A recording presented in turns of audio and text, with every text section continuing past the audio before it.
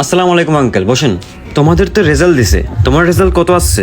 70% আসছে আঙ্কেল। ঠিক মতো পড়ালেখায় মনোযোগ দাও না নাকি? 70%? এত কম? বাবা মাকে বলছো? এমনিতে আপনার ছেলের তো 65% আসছে, সে আপনাকে বলে নাই? তুমি কিভাবে জানলে? ওই আমাদের মেসেঞ্জারে কথা হয়। দেখো তো আমার মেসেঞ্জারে কি হয়েছে, তোমাকে এসএমএস দিতে পারতেছি না। ও আচ্ছা, আমি তো আপনাকে ব্লক করছি। রহিম সাহেব, আসেন, বসেন বসেন।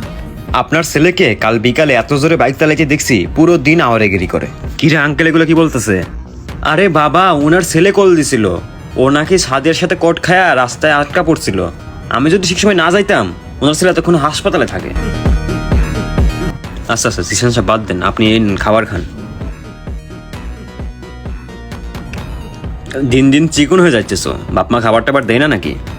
কি বলবো আঙ্কেল, দুঃখের কথা, কিছু কিছু রিলেটিভ আছে আমাদের বাড়ির খাবার খেয়ে মোটা হয়েছে। সারা দিন ঘরে এসে পড়ে থাকে, বাড়ির সব খাবার খেয়ে ফেলে, হয়তো তাদের ঘরে চাল ফুরে গেছে।